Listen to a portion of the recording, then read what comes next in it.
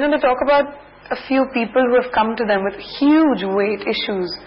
And my dad gets these SMSs from this one girl he operated on who says, you've saved my life.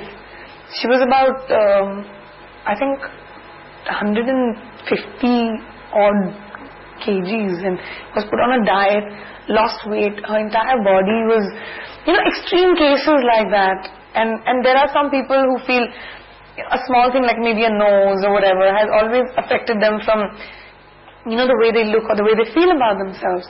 And you feel good about yourself. So it's fine to feel good about yourself until it becomes an obsession. If you don't need it, then I think it's ridiculous. Those people should be judged. But if it works for you, why not? You said extreme cases, right? But no, even furrows in your line. I mean, in your forehead. If it bothers you, go get it done. It's fine. I don't think it's a big deal, and it should be judged saying, "Oh, whatever." People dye their hair now when they're graying. But shouldn't we be bringing up our children to just be confident with whatever they have? No, you should, absolutely. But there are those and you can't compare cosmetic surgery to dyeing the hair. No, that would be like comparing cosmetic surgery to wearing contact lenses. I'm giving an example. Yeah.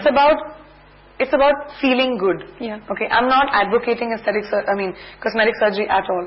I'm not saying you must go do it. Make yourself look beautiful. I'm not saying any of that. I'm saying feel confident in what you are. But if there is something which has always bothered you, so much to an extent, like I have friends who, say for example, I come from a Punjabi family. I've always been very dusky. So I used to always get teased because I saw all my cousins and everybody, is fair and gora and all that. And you know how Punjabis are. And I used to be very conscious of my color at one point. Now I've learned to take it in my, I'm confident about it because I say dusky skin photographs much better, But I used to have serious issues at that point. And I remember as a child, my mom used to constantly tell me, "You're very beautiful." I never believed her. Because when I saw it in the mirror, I didn't see it. See, but this is what I'm saying. What if, now that you look back, aren't you grateful that mom said, "Priyanka, you're beautiful," as opposed to mom saying, "Priyanka, use Fair and Lovely"? No, but that is what I'm telling you. I did anyway. You used Fair and Lovely? Not Fair and Lovely. That was not the brand, I don't remember. But I used to hide and go by it. I used to try everything. From Upton to God knows what concoctions of creams and everything.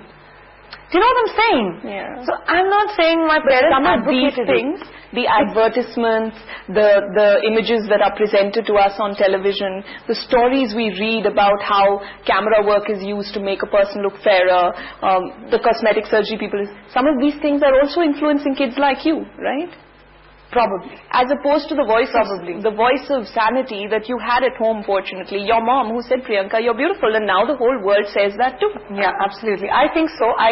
Like I said, I'm not advocating any form of enhancement when it comes to small things. I think, first and foremost, I think everybody has something inside of them which can make you confident. For me, I never used to think it was the way I look.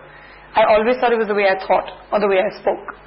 So that made me confident. Even in fact, when you met me at Miss World, that was the only thing I think that worked for me. All the other girls were way more beautiful and stunning and, perfect. But I think that's the only thing that worked for me. So I think, which I've always said to, whenever I meet kids and whenever I go to schools, and I've always said that there is something special inside of you, and it is up to you to find that one thing. It could be anything, and every one of us has it. We were born like that. Nobody, whether you're born on a pavement or to whether you're born in a palace. So that is very important. But I will still say that, because I've gone through it, I can say it, Anna, that there are times where everyone has that, where you wonder. I may turn around and say, I'm very confident.